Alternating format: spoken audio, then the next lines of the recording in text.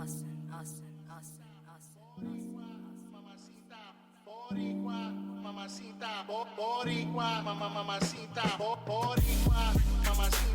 at this. It is not a picnic without pizza.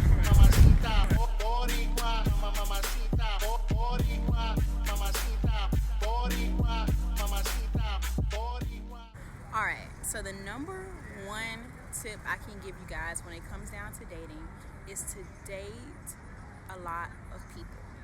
I just feel like, the more I date people, the more experiences I get. The more experience that I get, the more I learn about myself and how to deal with other people. So it's really important that you remember that dating is like a numbers game. Even if it's a pandemic, no matter where you live, you need to be dating multiple people.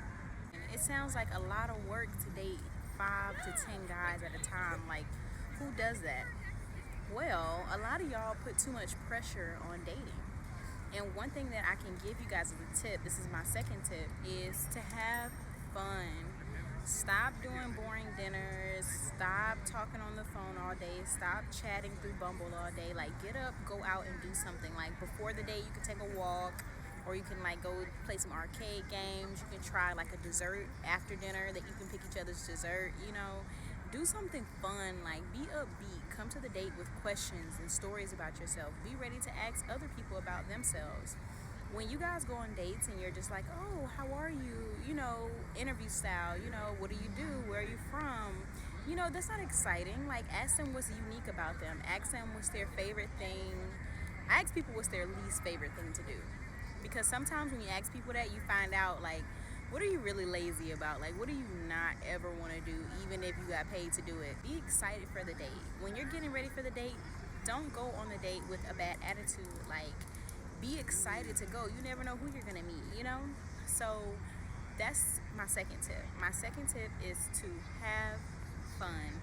Do not be boring. Don't go on that date, sit there, and just ask them interview style questions. So my third tip is for the ladies. Most of these are for ladies. Like, it doesn't really matter, but this one specifically, like, being feminine is not a replacement for personality. I'm not really sure what's going on in culture. I don't know who you guys are listening to. It's great to want to be beautiful. It's great to want to connect to your feminine side and like wear long hair and wear really nice earrings, but that has nothing to do with why somebody's gonna like you. I mean, presenting yourself really well is always a plus, but it's not the main course, because you're mad thinking that somebody doesn't like you because you wore jeans, when the reality is maybe you didn't like your personality, maybe you guys weren't looking for the same thing, maybe it's not the right time in his life, but more than likely somebody just doesn't like you.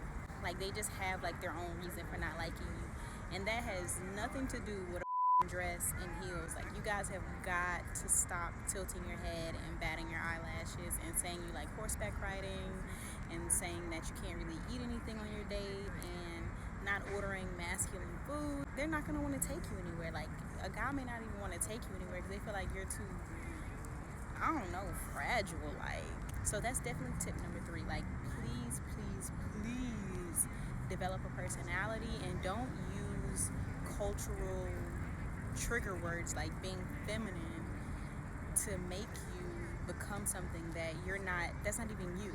So my fourth tip is pretty easy to do. It's hard at first because usually when things go wrong, we like to feel like it's the end of the world and this was the one and this is and that, or like, you start feeling bad, like, why did I say that? Why did I do this? Everything you do in dating is just practice. You're single right now, or I'm assuming that you're single right now. That means that 100% of the people you met, it didn't even work out with them. But it was good practice, because one day you're going to meet somebody that you really like and it's going to work out. But the truth is that it didn't work out with them. But you're able to take all those lessons and move it on. You know how it is, like, when you thought you heard something, but it wasn't that, and you just went all the way off, and then he just looking at you like, okay, and that's the last time that y'all gonna see each other. It's just practice. Like, we have to really learn how to deal with people. And I feel like as women, a lot of times we think that we need to take a break. Maybe I should just take a break on dating. Maybe I just need a second to just get my thoughts together. Hell no, get your ass back out there, girl. It's It's just, everything is just practice. This is my very, very last tip. It is not the most important tip, but it's pretty important. Please know what you want and fight for it. But if you're not interested in building a roster, if you're not interested in going with the flow, if you're not interested in just having sex with somebody, then you should just say that. And don't flinch when you say it. Like, look them in their eyes and say it, because there ain't a guy on earth, if he looking for sex and you're looking for a boyfriend, he gonna be like, well, I'm looking for sex, and he not gonna flinch. So you should just not flinch. My mom watches this channel, so I'm not gonna say anything ratchet, but I don't feel like a woman should be ashamed to say that she wants to have sex with somebody. Like, if you want a guy and you want to have sex with him, then you just say that. Like, I'm looking for somebody to hook up with.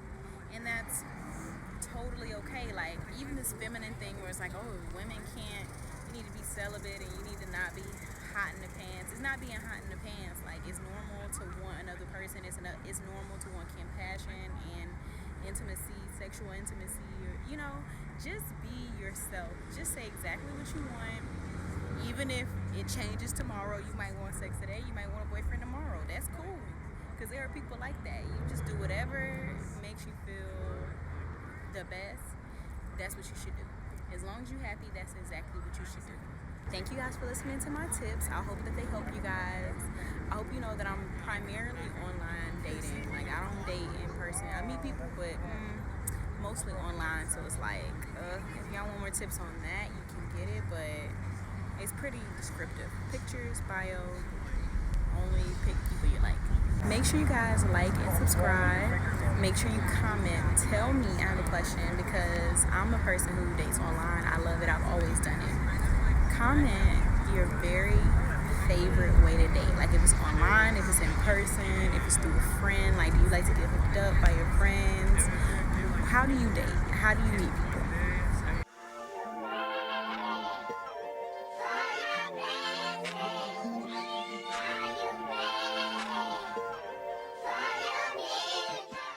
Yeah, I have a really quick, just a quick story time.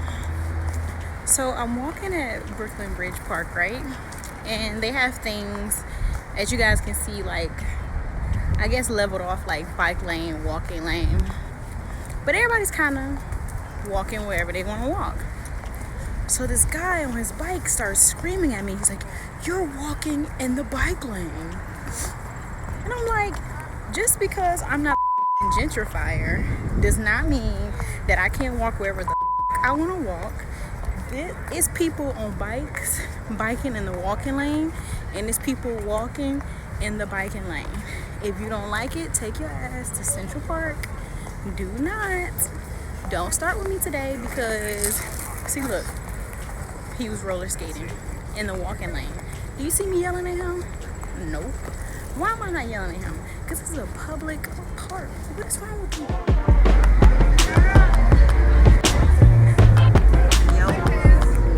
Alright, here's my review of the Brooklyn Ice Cream Factory milkshake.